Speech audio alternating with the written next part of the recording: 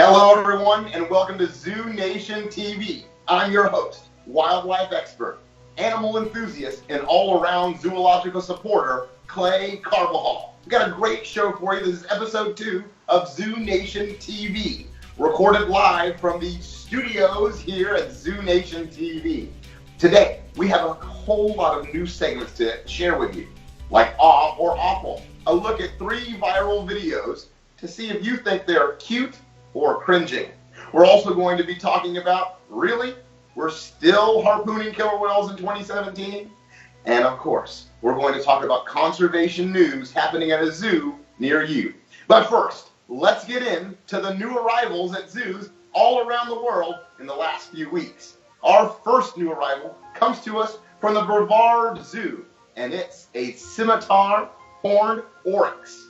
Now, this is the second calf of the year. Now, their gestation is around 9 months, and the Scimitar horned Oryx can be found in northern Africa. And when they're born, as you can see, they're born yellow, but that coat will change, that beautiful white with black stripe, right around 9 months of age. Now, an adult Scimitar horned Oryx is an interesting animal if you can find them in Africa, but you can't, because they're technically extinct in the wild, and they've been that way since 2000. But thanks to captive breeding programs like the one here at the Brevard Zoo, a collaboration among many zoos is allowing the reintroduction to begin in northern Africa. Now, these herds once ranged up to 70 animals per herd, usually led by the bulls. And the key threats to these amazing creatures? Well, it's climate change and increased hunting by us, the humans. So hats off to our zoo on this beautiful calf of a Scimitar horned Oryx. Good job.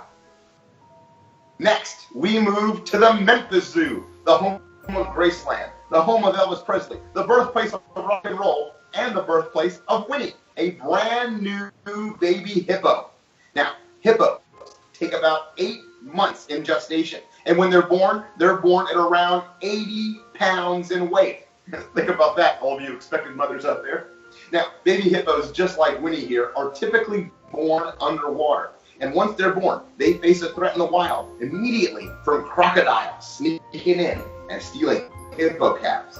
Now, the Memphis Zoo is a crocodile-free zone. In fact, they recently opened their brand new Zambezi River Hippo Camp in May of 2016, which just goes to show you, if an animal's comfortable in its habitat, it's going to thrive, and it's going to breed and create more little hippos. Now, this Zambezi River Hippo Camp is not only home to Nile, it's also home to Nile crocodiles, not the same exhibit, I promise, the okapi, monkeys, and many other African species. Now, let's go back to Winnie here.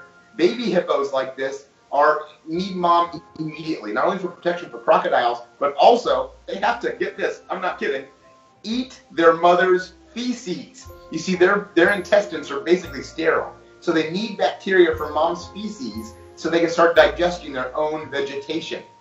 Typically, a hippo would come out dusk and dawn or in the middle of the night and spend 4 to 5 hours grazing and consuming up to 50 pounds of just grass. Now, although hippos are mainly aquatic and the word hippo means the water horse, adult hippos only hold their breath up to about 5 minutes, while a baby like Winnie here, it's going to be about 2 minutes underwater. So congratulations to our friends at the Memphis Zoo on this beautiful baby hippo. And here's to many more to come. Our last zoo-born of the week comes to us from the Symbio Wildlife Park. This is an endangered species. Hats off to the birth of red panda triplets. Look at this face. It's like a red raccoon. Now, triplets are very, very rare for this species. And they're going to stay with mom for 90 days, typically. Now, the lifespan of a red panda is pretty short, only around 8 years. They can grow up to 20 pounds and about 2 feet long from tip of nose to the end of the body. The tail can be a little longer. Now, where do you find a red panda outside of your local zoo and aquarium? They can be found in central China, the mountains of Nepal, and in northern Myanmar. Now, they are a boreal species. They live in trees. Look at those little claws. They're nocturnal. They eat fruit, acorns, roots, animal eggs, and just like their black and white cousins, they eat bamboo. Although you think they're pandas or raccoons, in fact, They're their own family, the Aluridae family. So good job to our friends at the Symbio Wildlife Park and the birth of your gorgeous triplet red pandas. That's all for our Zooborns of the week. Let's give a big round of applause to all of those zoos with amazing breeding programs. Speaking of zoos, we've got something coming soon to a local zoo near you. And this local zoo highlight today is the Land of Lions at Zoo Parc de Boulevard. That's in central France, so I know I said that right. Grab your beret, grab your croissant, and head to this beautiful park because look at this. Can you see this video? This is they're opening a brand new exhibit, Land of Lions. It's a new exhibit space for African lions, meerkats, and an animal very dear to my heart, the African wild dog. Now the lion exhibit by itself is about 1.3 acres. This exhibit will include a waterfall, massive pool, lots of rock work for the lions to rest on and rest in. The zoo's pride of lions is about 5 different animals, 2 parents and 3 of their offspring. A breeding group, get this, of African wild dogs is going to be 2 males and 2 females. Now, you have to hear this about the African wild dog. These animals, when they're out in the natural environment, only the alpha male and alpha female have the pups. Everyone else kind of supports the pack. You talk about endangered species, African wild dogs, which you can see at this brand new exhibit, there's less than 6,000 in the entire continent of Africa. One of the most endangered predatory mammals on planet Earth. So hats off to this zoo for getting a breeding population going. My friends at Painted Dog Conservation will love that. There are 10 meerkats will also be on exhibit, and that exhibit is going to be largely surrounded by glass panels to blur the separation between the animals. Now this project includes a new restaurant with animal views, and the animals move into their new habitat, well, tomorrow, April 14th. So hats off to our friends in France. When you go to the exhibit, make sure you give them a wicked wee-wee for how much you love that new exhibit. Now we move on to a new segment of our show we'd like to introduce to you. This is called Aw or Awful. So let's get into our week's theme. This week's theme, sea lion videos. Sometimes they make you go, aw. Sometimes they make you go, what? So let's see what you think about this week's Aw or Awful videos. Let's roll our first video. Now, as you can see in this video, a lovely group of boating enthusiasts are moving throughout the ocean here. They look like they've done this before, and whoop, there it is, a California sea lion. Now, California sea lion males have that very large sagittal crest on their head. Now, as you can see, the sea lion looks pretty comfortable just sitting on the back of this boat. I don't know if he's thinking, maybe I'll get fish, maybe I won't. This is actually extremely illegal in U.S. waters, getting this close to marine mammals and then offering them food. You can even see the sea lion kind of looking at the back of the boat at that bay where maybe he keeps fish, I don't know. And pelicans are following this boat, which seems to make me think there are fish coming off of this. Now, you'll see that sea lion just kind of sitting there. You also see, if you look behind him in the water, you might even see another sea lion pop up. This sea lion has jumped onto a person's boat, and instead of doing the right thing, which is probably stopping the boat, letting the animal hop off, it looks to me as though they're feeding this animal, and they start calling him out by name, which makes me think they have a relationship with this animal. That is awful. We should let wildlife forage on their own. Right back in the ocean you go. Should let wildlife forage on their own and not feed them, because once you habituate wildlife to feeding them, they end that foraging behavior, and the next person they run into might not be as nice as you were. And that can get sea lions like this into a lot of trouble. So please do not feed any wildlife, but especially sea lions. That mouth right there is full of a terrible, terrible bacteria. And once they bite you, it could really mean some serious harm to you. Now, these people are having a great time out in the ocean, and I invite each and every one of you to enjoy our natural resources. Now look, they're clapping. He just got the fish. They're clapping that he got a fish. Not a good idea. There's another sea lion waiting. This is an awful segment. Please do not, under any circumstances, feed the wildlife. Now, this moves us on to our next. But before we leave, again, stop the boat, let the animal leave, don't feed them. We don't want to train wild animals in the wild to get fed by humans. You're setting them up to fail. Now, our next video is up for you to judge whether it's awe or awful. Let's roll our next clip. Our next clip comes to us from La Paz, Mexico. Now, down in La Paz, Mexico, you can see this scuba diver having a good time checking out what looks to be a younger sea lion, maybe even a female sea lion, because it's a lot smaller than that other one. You'll see the sea lion here in a second doing kind of investigative swim bys, this person swimming up, and then he starts tugging on those flippers. That's not good. We don't want this sea lion learning that they can just mess with a diver. Diver should have either surfaced or maybe gone a little deeper, got himself in a little better situation. But as you can see, the diver's almost encouraging this sea lion to chew on those flippers. So then the sea lion escalates. Now he's gonna mess with the diver's wetsuit. Again, very, very bacteria-ridden bite. We don't want to see that happen out in the natural environment. And then you have another person right behind touching the sea lion. Again, not good. Leave these animals alone. And I know you'll say, Clay, this sea lion was swimming up and he's kind of getting in the diver's bubble. That's true. But they could have surfaced and got back on the boat and left that animal alone. But to me, it looks like they're encouraging this behavior. And as you saw in the video, he's chewing on air hoses, which is their lifeline. Not a very smart scuba diving idea. And there seems to be a group of them, which makes me think this might be one of those eco tours where they kind of know there's wildlife activity. And again, you don't want to interact with wildlife, especially just for kicks. And don't let them escalate, because what an animal learns with you can translate to someone else down the line. So again, that video out of Mexico, you want to leave wild animals alone. Now that was in La Paz, Mexico, but in the United States, that is a completely illegal act to be doing that without a permit, especially. All right, our last video takes us to the National Zoo. Now this is not in the wild. You tell me whether you think this is awe or awful. Let's take a look at this video. This is a video of a little girl, and it seems like she's playing almost a chasing game with a sea lion at the National Zoo's sea lion exhibit. And you'll see this young lady run back and forth in her little princess dress there. And the sea lion seems to be keeping pace with her, which is kind of funny. And in just a second, you'll see the sea lion say, hey, what happened to my enrichment? You know, a lot of people go to zoos and they observe the wildlife, and many critics will say that, you know, we're just staring at these animals. In fact, these animals are staring back, and they get mental enrichment by seeing people at their exhibits. And that's why you're going to be like, oh, she fell down. She fell down, and the sea lion immediately stops to see what happened with his toy in a blue dress.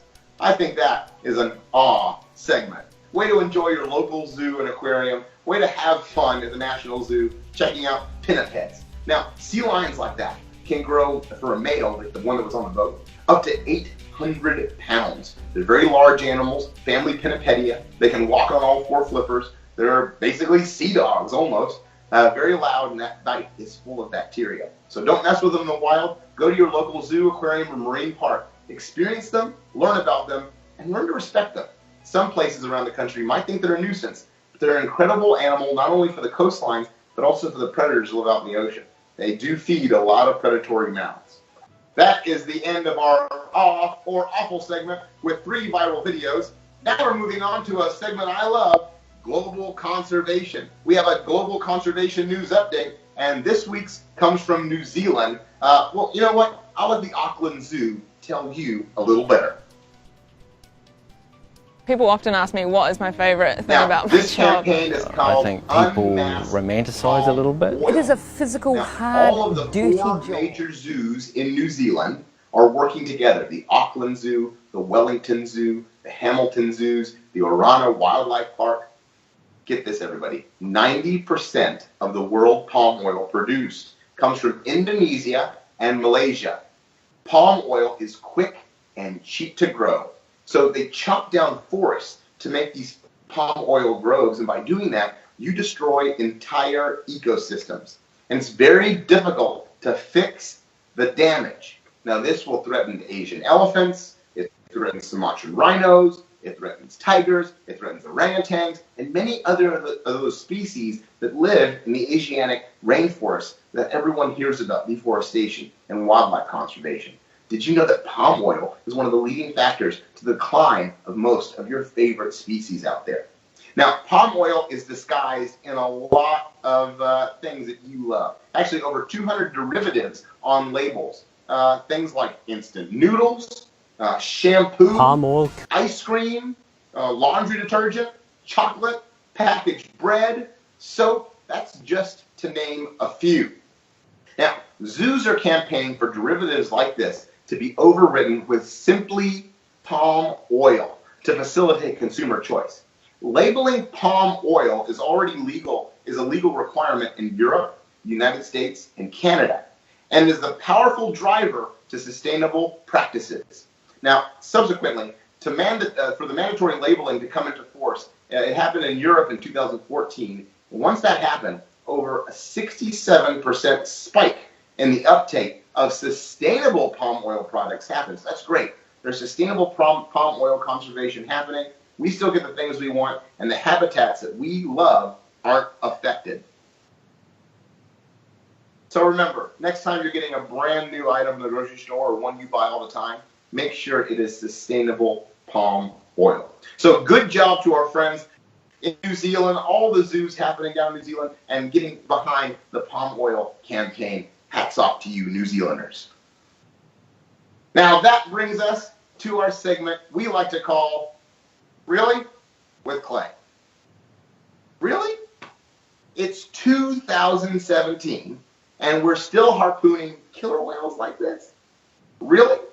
If you haven't heard this story, a tourist boat in St. Vincent, off the coast of St. Vincent and Grenada, which is in the Caribbean Ocean, around the Caribbean islands, they were out whale watching. They paid their money to go be eco-tourists. You hear this all the time.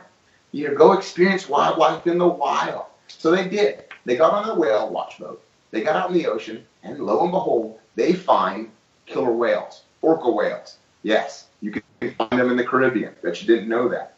I bet you also didn't know that in the Caribbean, currently, it's legal to whale. So what happened to 2 killer whales while on the tourist ship? Harpooned in front of the tourists. While cameras were rolling, the whalers did not care there was a tourist ship there. They harpooned those killer whales and drugged them to shore for all those families to see. Really? You couldn't wait for the boat to leave? And really?